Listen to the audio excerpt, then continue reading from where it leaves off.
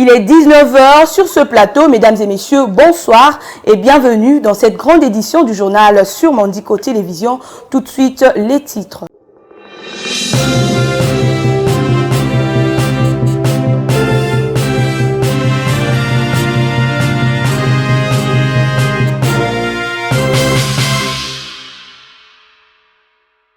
Tshisekedi, au four et au moulin des 9e Jeux de la francophonie, a personnellement décoré les athlètes africains qui se sont distingués au cours des compétitions et par la même occasion rendu visite de courtoisie aux basketteuses de la République démocratique du Congo pour les rassurer de l'attention particulière qu'il accorde à leurs prestations.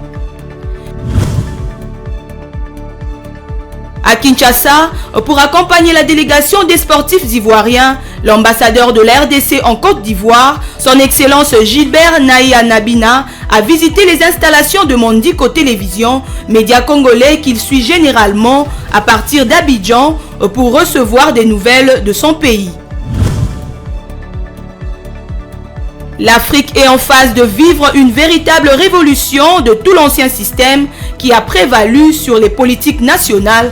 D'une part, la population nigérienne a saccagé l'ambassade de France à Niamey, la capitale, et d'autre part, une grande figure politique de l'Afrique vient de disparaître. Henri Konan Bédié, ancien président de la République, n'est plus depuis hier mardi au soir de grands enjeux en Côte d'Ivoire, cela à l'âge de 89 ans.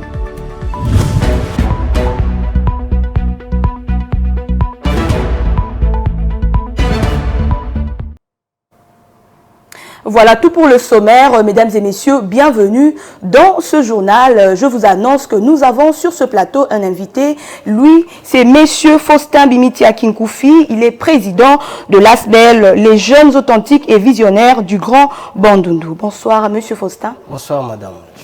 Ouvrons ce journal, le président de la République, Félix-Antoine Tshisekedi Tshilombo, en compagnie de la première dame Denise Nyakeru et de plusieurs officiels, a pris part à la cérémonie organisée à la place des Évolués à Kinshasa-Gombe ce mercredi 2 août 2023 en mémoire des victimes de l'insécurité dans les guerres et crimes commis à l'est du pays par le Rwanda et son groupe armé du M23. Vivez l'émotion de cette manifestation avec le chef de l'État.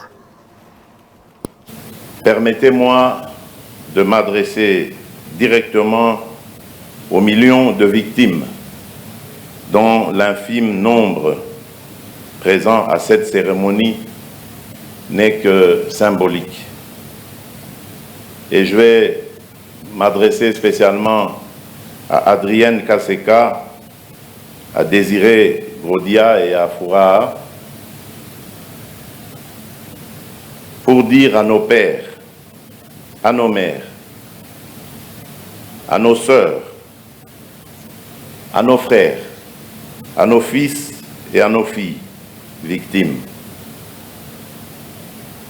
Leur dire que je voudrais vous rassurer que je ne ménagerai aucun effort pour que ces criminels soient châtiés. La nation, notre nation, votre nation, vous dit que plus jamais vous ne serez seuls.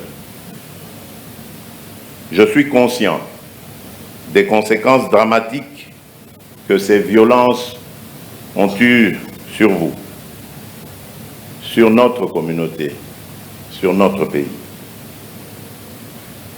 Je sais que vous subissez une grande stigmatisation qui s'ajoute à la douleur physique, morale et psychologique et qui fait à ce que vous renonciez toujours à parler de ce qui vous est arrivé.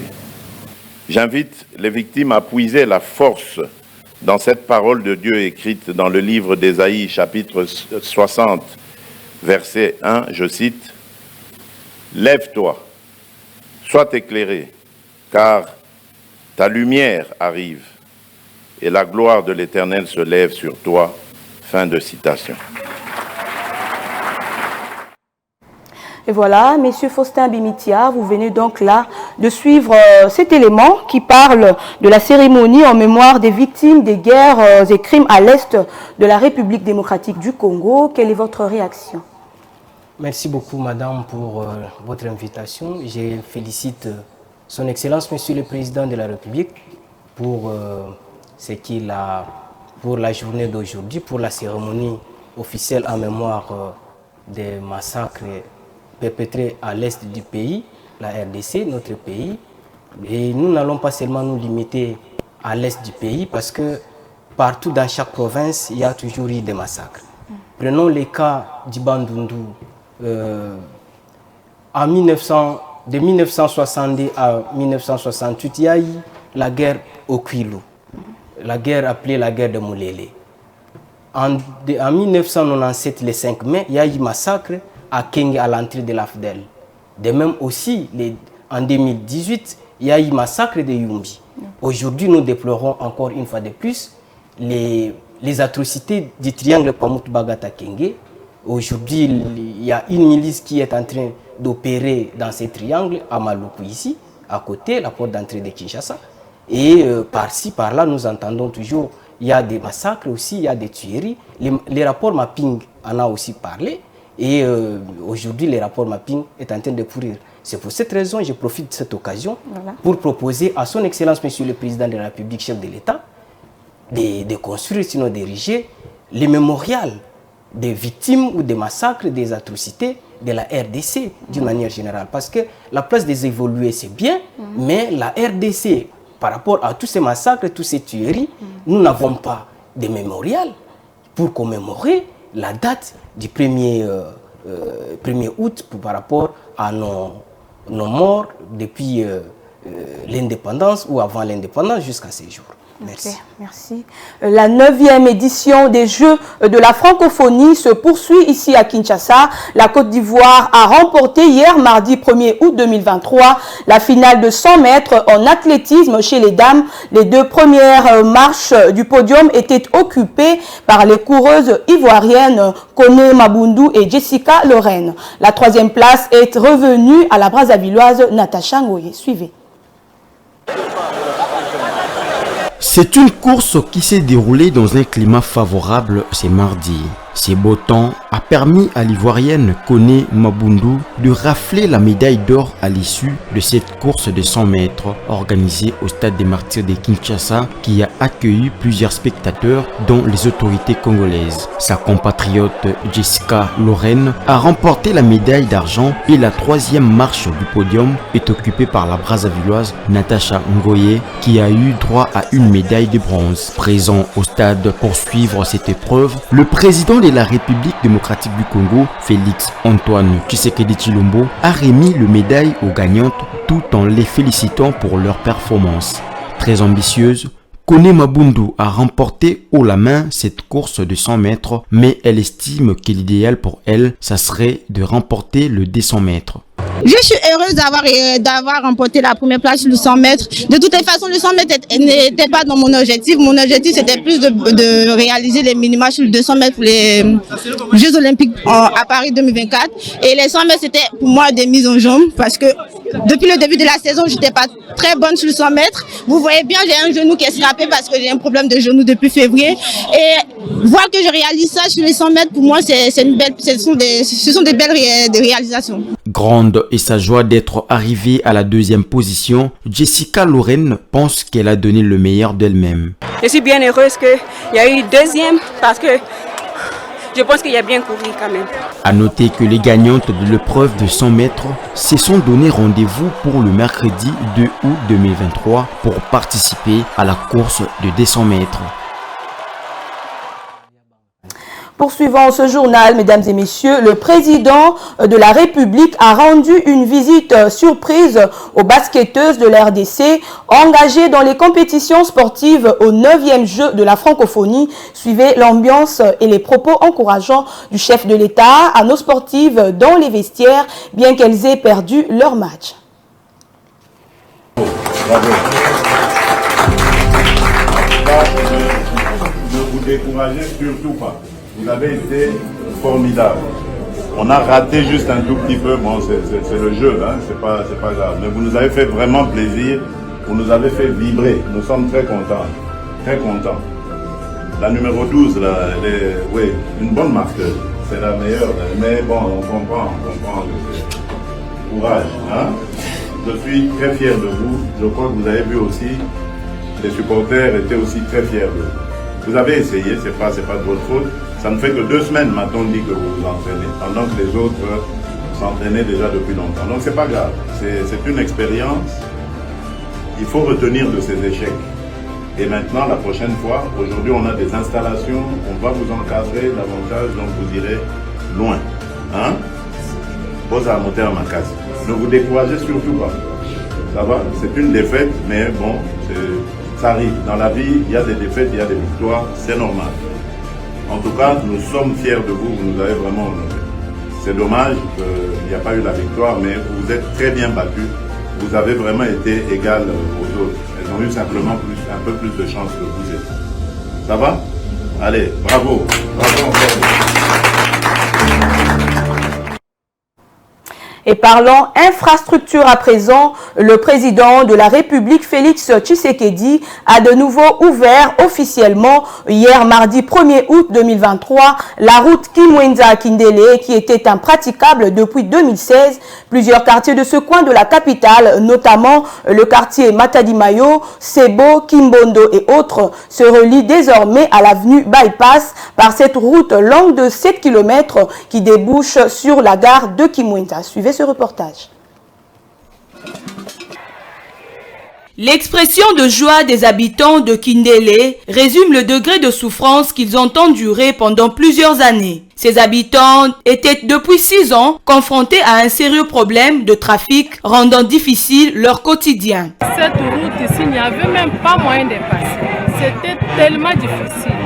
Nous, on habitait en bas là-bas pour sortir, arriver ici, c'était difficile. Mais avec notre président, vraiment, il a fait l'effort de réhabiliter cette route. C'était vraiment un mauvais état. Nous étions vraiment dans une souffrance, même nous les étudiants. Nous qui étudions ici à l'université de Kinshasa, on était vraiment dans une difficulté parce qu'on faisait souvent pied. Nous étudions ici jusqu'au campus. Vous savez, de l'autre côté ici, il y a une grande école. Il y a le lycée de Kimwenza, il y a l'internat, il y a le collège et une grande bibliothèque. Mais c'était vraiment difficile. On n'arrivait pas à y accéder, les enfants étaient abandonnés, les conditions d'études compliquées. L'arrivée du président de la République, Félix-Antoine Tshisekedi, à la tête du pays, est perçue comme un début de soulagement pour la population de la cité Kindélé et Kimwenza. Inscrit au programme d'urgence des 100 jours, dans son volet infrastructure, c'est le mardi 1er août dernier que le président de la République a fait le déplacement en début d'après-midi pour procéder à la réouverture officielle de la route Kimwenza-Mission, reliant le quartier Kindélé au quartier Plateau, longue de 8 km, dont les travaux de réhabilitation ont duré plus ou moins 2 ans. Une satisfaction incommensurable de la population qui, sans aucune hésitation, a promis un 2e mandat au président de la République, Félix Tshisekedi. Nous sommes vraiment très reconnaissants. Tout ce que vous avez fait, on était abandonné tant des années, plus de 6 ans, plus de 7 ans. Donc on peut attendre mandat. Quand nous voyons ceci, ça nous motive encore. Et en 2023, nous allons encore lui donner nos voix. Donc qu'il soit rassuré que nous sommes derrière lui. Avant de poursuivre son agenda du jour, Félix Tshisekedi a tenu personnellement à se rendre compte de l'évolution des travaux de lutte anti-érosif, toujours dans le quartier Kindélé. Un ouvrage comme celui-ci, pendant 58 mois de travaux, plus de 40 millions de dollars. Ce collecteur, déjà construit à 360 mètres et exécuté à 80%, doit être parachevé avant le retour de la période pluvieuse, a instruit le chef de l'État. C'était un reportage signé Didier Lofumbois. Le vice-premier ministre et ministre de l'Intérieur et Sécurité, Peter Kazadi, est arrivé le lundi 1er août à Bunia, chef-lieu de la province de l'Ituri, pour une visite de travail de plus ou moins 24 heures. Dès son arrivée, il a été accueilli au pied de l'avion par le gouverneur militaire de l'Ituri, Johnny Luboya Kachama. Regardez. À sa descente d'avion à l'aéroport de Bunia, il a été accueilli par le gouverneur militaire, le lieutenant-général Johnny Luboyanka Chama, qui avait à ses côtés les membres du gouvernement provincial ainsi que ceux du comité provincial de sécurité. Aussi de militants des partis politiques membres de l'Union sacrée de la nation. Dès l'aéroport, Peter Kazadi Kankonde s'est rendu directement au gouvernorat de province où il a tenu une réunion du conseil provincial de sécurité où plusieurs points d'intérêt national et provincial ont été débattus. L'hôte des Itouriens a rassuré que la sécurité était sous contrôle et que nul n'a besoin de s'en inquiéter. L'occasion faisant les larrons, Peter Kazadi a tenu à féliciter les efforts consentis par le gouverneur militaire sur tous les plans en dépit de l'image dont l'opinion s'est faite de la paroisse de l'Ituri. Ayant la gestion de la police nationale congolaise dans ses attributions, le vice-premier ministre Peter Kazadi Kankonde a annoncé un recrutement au sein de la police nationale congolaise dans les prochains jours. À cet effet, il a instruit les gouverneurs à sensibiliser la jeunesse pour un enrôlement massif. Autre chapitre à présent, à l'occasion de la célébration de la journée de la femme africaine qui coïncide avec les 22 ans d'existence de la plateforme Women as Partners for Peace in Africa, une cérémonie officielle a été organisée au Musée national à Kinshasa. Cette occasion a mis à l'honneur les leaders congolaises qui ont participé activement à la signature de l'accord global et inclusif de Sun City en Afrique du Sud pour la paix en République démocratique du Congo de 1998 à 2003. Images et commentaires. En 2003, un groupe de femmes congolaises avait participé aux négociations de paix de Sun City, mettant fin au conflit qui faisait rage sur le territoire national depuis août 1998. Ces Congolaises qui ont joué un rôle crucial pour que l'accord de paix puisse être signé, car les protagonistes n'arrivaient pas à se mettre d'accord, viennent 20 ans plus tard à être reconnus. Ces femmes ont partagé et présenté leur bilan à un public composé de diplomates, des acteurs politiques, des ministres, des acteurs sociaux et des officiels sous le thème central de 20 ans après la signature de l'accord global et inclusif, quel bilan faire de l'engagement des femmes dans le processus de paix en RDC, son impact sur les jeunes générations. Où sont les femmes dans les accords de paix? On les trouve, mais qu'est-ce qu'elles font? Alors on a commencé à collecter les documents qui pourraient être un patrimoine de ces femmes et que des générations plus tard peuvent venir s'en servir. Plusieurs félicitations et hommages des officiels pour ces pionnières et actrices potentielles au dialogue de Sun City, comme F. Bazaïba Massoudi, actuel ministre de l'Environnement et Développement durable, Élisée Minembwe, député national, Cathy Kalanga et les autres engagés pour l'unité du pays, tout en appelant la jeunesse à travailler ensemble pour garder les frontières du pays laissées depuis l'indépendance. Vous savez, on a pris tous les risques parce qu'on a tenu à ce que la paix revienne dans notre pays et qui est la cohésion nationale. Et ces pays étaient divisés en 4, mais les femmes se sont organisées, elles étaient à Nairobi, elles étaient à Bruxelles, elles étaient à Sun City, elles étaient à NCS Park.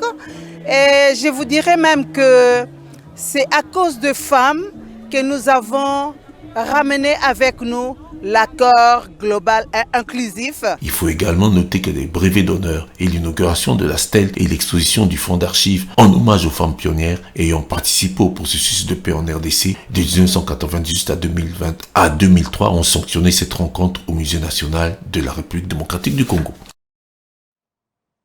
Et à l'occasion de la célébration le 1er août en République démocratique du Congo de la journée dédiée aux parents, l'Association nationale des parents d'élèves et d'étudiants du Congo, ANAPECO, par son président David Steve Diaté-Zouampongi, qui a adressé un message plein d'espoir en l'avenir à tous les parents de la République démocratique du Congo. Pour l'ANAPECO, le pays qui subit beaucoup de dépressions et contraintes extérieures, notamment avec les violences du M23 à l'est du pays, est en passe de se libérer grâce au leadership au pouvoir. Suivez le message.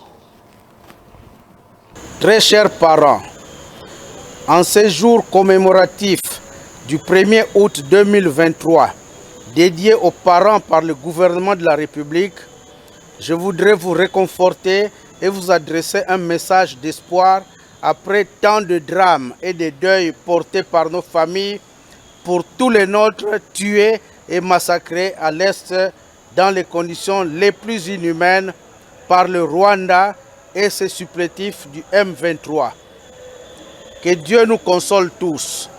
Comme la vie continue, je vous exhorte à vous armer de courage pour soutenir tous les efforts engagés par le garant de la nation, son Excellence Félix Antoine Tshisekedi, président de la République, chef de l'État, afin de conduire à bon port le navire RDC vers des horizons meilleurs.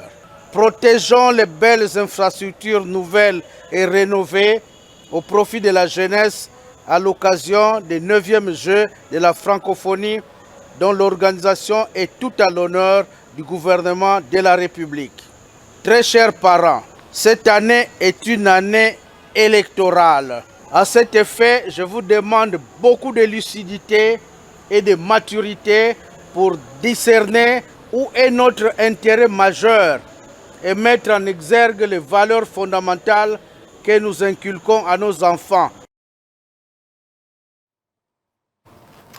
Et après avoir été téléspectateur de la télévision Mandiko depuis la Côte d'Ivoire, arrivé à Kinshasa pour les 9e Jeux de la francophonie, où il était à la tête de la délégation ivoirienne, son Excellence Gilbert Naïa Nabina, ambassadeur de la République démocratique du Congo, a tenu à visiter les installations de cette chaîne de télévision située au quartier Pigeon dans la commune de Ngalema. Rantalouela vous fait revivre ces instants. Ça, c'est le bureau administratif. C'est Madame Rachel. Mandiko Télévision a été honoré le mardi 1er août par une visite, non pas la moindre, d'un fidèle téléspectateur et abonné de la chaîne depuis la Côte d'Ivoire. Le portail de Mandiko s'ouvre sous les coups de 10 heures. C'est son Excellence, Monsieur l'ambassadeur de la RDC en Côte d'Ivoire, Gilbert Naïa Nabina, qui pose ses pieds dans la cour de Mandiko Télévision. Il sera accueilli par les représentants de Madame la directrice générale, Julia Luonga Mamba, appelée à d'autres charges. Fini les salutations, place à présent à la visite proprement dite des installations de la télévision d'une pensée, un écrit, bureau après bureau, où se poursuivaient les présentations. Cette randonnée s'est clôturée au studio. Occasion faisant les larrons, il sera enregistré comme invité du journal. Très ému de l'accueil chaleureux lui réservé, son Excellence, Monsieur l'ambassadeur, s'est exprimé en ces termes. J'ai eu la chance d'être invité pour visiter votre entreprise. C'est une jeune entreprise, comme je viens de l'apprendre de la bouche de son délégué commercial, je veux dire. C'est une jeune entreprise qui a à peine 1 année et demie. Mais le travail que je viens de constater est fabuleux. Je crois que vous-même, vous êtes témoin de ce que je dis. J'ai visité l'installation, le personnel. J'ai trouvé un personnel dévoué, jeune, qui a de l'ambition. Et je crois que ça mérite un soutien de notre part pour que votre chaîne puisse aller de l'avant. J'ai appris que c'est une Congolaise, une vraie Congolaise 100%. Donc voilà, aujourd'hui créer une chaîne comme ça donne d'abord de l'emploi et c'est encouragé parce que par le temps qui court, c'est pas facile de trouver des jeunes qui terminent leurs études, de trouver facilement de l'emploi. Donc d'abord déjà ça donne de l'emploi et puis voilà, ça donne aussi une autre image de ce qu'est de l'audiovisuel. J'ai eu la chance de suivre cette chaîne depuis la Côte d'Ivoire pendant la Coupe du Monde et c'est par là que j'ai découvert que le travail a été bien fait. Quand je suis venu ici, j'ai été invité à vivre ça, à voir ça de visu. Je vous remercie vraiment pour le travail que vous faites ici. Il s'est de noter que Mandiko Télévision est situé au numéro 10, avenue Poto-Gallo, au quartier Pigeon dans la commune de Ngalema, visible sur TNT et sur toutes les plateformes de réseaux sociaux.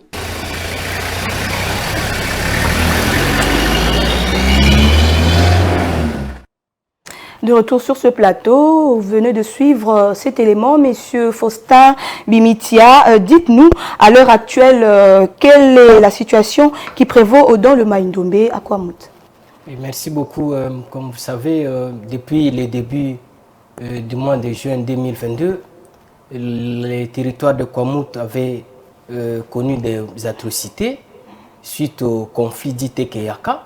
Aujourd'hui, ce conflit d'Ite-Keyaka s'est transformé en Midis Mobondo, qui opèrent dans la commune de Maluku, à Kinshasa ici, et dans les territoires de Bagata, dans la province du Kwilu, et territoire de Kenge, province du Kwango. En dehors de cela, nous avons également les territoires de Kasongolunda, ainsi que Popo Kabaka dans le Kwango toujours.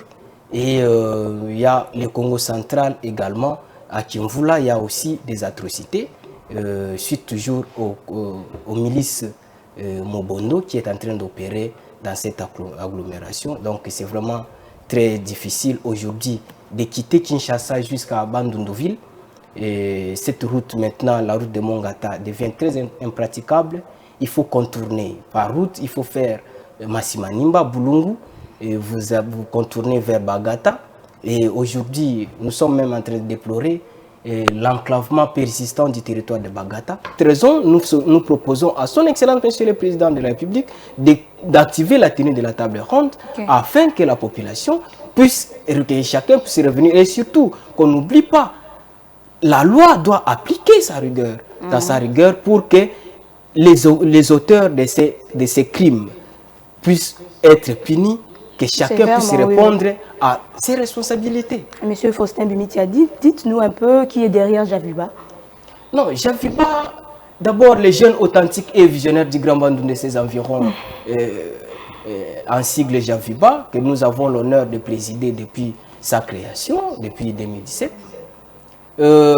Et derrière la jeunesse. La jeunesse. Oui, c'est la jeunesse c'est l'initiative de la jeunesse du Grand Bandundu, parce que nous avons, la jeunesse du Grand Bandundu avait pris conscience, après le découpage territorial, la jeunesse avait pris conscience de garder encore l'unité, malgré le découpage territorial. Vous voyez, aujourd'hui, les conflits que nous voyons, les atrocités du triangle Kwamut Bagata Kenge, dit conflit Tekeyaka. C'est dans ce sens-là que, dès le départ du découpage territorial en 2015, nous avons constaté cela avait commencé non seulement dans le Grand Bandundu, mais en RDC. C'est pour cette raison que nous avons lancé ce mouvement pour sensibiliser la jeunesse par rapport à l'amour de la patrie, pour mieux vivre ensemble. C'est pour cette raison que nous ne pouvons pas penser que quelqu'un puisse être derrière nous. Nous avons pris conscience pour sensibiliser la jeunesse et nous sommes en train de travailler. Nous n'allons pas dire qu'il y a quelqu'un derrière nous. Nous sommes avec la jeunesse et c'est la jeunesse qui a pris conscience pour réfléchir, pour promouvoir les valeurs morales et culturelles dans le milieu des jeunes d'une manière générale. Parlez-nous aussi de l'état de la collecte initiée par Javiba et ses partenaires. Oui, Javiba avait lancé une collecte de dons en faveur des victimes des atrocités du triangle Kwamut Bagata Kenge Maluku et ses environs. Et depuis ce temps-là, nous sommes en train toujours de sensibiliser. Il y a quelques partenaires, il y a quelques personnes de bonne volonté qui sont en train de nous soutenir, de nous accompagner dans cette démarche. Et nous continuons toujours les consultations. Nous faisons appel à son Excellence Monsieur le Président de la République, chef de l'État, Félix Antoine Tshisekedi Tshilombo, l'honorable président du Sénat, honorable Christophe Mbosso, honorable président de l'Assemblée nationale, honorable Christophe Mbosso, honorable président du Sénat, honorable Modeste Bahati Lukwebo, ainsi que le Premier ministre, chef du gouvernement, Jean-Michel Sama Lukonde, de nous accompagner dans cette démarche de collecte de dons en faveur des victimes des massacres du triangle Kwamut Bagata Kenge. Parce que cette population doit rentrer, ils n'ont plus de maison. Nous, Javiba, ensemble avec la jeunesse, ensemble avec les gens de bonne volonté, nous avons pris conscience, l'initiative de construire des maisons, soit en paille, soit en tôle, et récolter les habits, les dons partout où les gens de bonne volonté vont se trouver pour que nous puissions assister ces gens-là. Et aussi accompagner ces populations vers leur milieu de vie respectif. Monsieur Faustin Bimitia, je vous remercie d'avoir répondu à notre invitation et je rappelle là que vous êtes président de l'ASBEL, les jeunes authentiques et visionnaires du Grand Bandundu. C'est moi qui vous remercie. Merci. Parlons page africaine à présent. Après une forte tension et des manifestations hostiles de la population nigérienne devant l'ambassade de France au Niger, durant tout le week-end, les manifestants ont finalement assailli et investi l'espace diplomatique qui a été saccagé ce matin de août 2023. Cette situation sociopolitique va détériorer davantage les relations tendues entre la France et le Niger. L'ancien chef de l'État et président du Parti démocratique de Côte d'Ivoire, PDCI, Henri Konan Bédié, est décédé ce mardi 1er août 2023 à l'âge de 89 ans pour rendre hommage à cet illustre homme d'État africain. Retour sur sa personnalité. Henri Konan Bédié a rendu l'âme le mardi 1er août 2023 en début de soirée à Abidjan, capitale de la Côte d'Ivoire. Victime d'un malaise dans son fief de Daoukro, il avait été transféré en urgence à la Polyclinique internationale Sainte-Anne-Marie d'Abidjan. C'est en fait un véritable monument de la politique ivoirienne et une grande figure de la politique africaine qui disparaît. À force de le voir passer les années et le temps en Côte d'Ivoire, on avait presque fini de penser et de croire qu'Henri Konan Bédié était immortel. À 89 ans, il a tout fait, tout connu. Pour la petite histoire, ambassadeur aux États-Unis dans les années 60, il sera ensuite ministre de l'économie et des finances de Félix Houphouët-Boigny avant de devenir président de l'Assemblée nationale puis chef de l'État à la mort du vieux, c'est-à-dire d'Houphouët-Boigny en 1993. Par la suite, en 1999, il est renversé par un putsch mené par le général Robert Guei. Cet épisode marquera à jamais les débuts de sa mise à l'écart de la politique. Il n'aura de cesse de vouloir récupérer ce pouvoir perdu, mais avec les échecs, il se consacrera pour marquer la présence de sa formation politique, le Parti démocratique de Côte d'Ivoire, PDCI, dont il présidait ou dessinait depuis 1994. D'ailleurs, c'est grâce à cette stratégie qu'il se réconciliera avec l'actuel président Alassane Dramane Ouattara, qui était à l'époque d'Houphouët-Boigny son pire ennemi politique, contre qui Konan Bédié accusé en guise de l'ivoirité de sa prétendue nationalité burkinabé. Aujourd'hui, Henri Konan Bédié n'est plus. C'est donc une page de l'histoire ivoirienne qui se tourne. Paix à son âme, qu'elle repose en paix.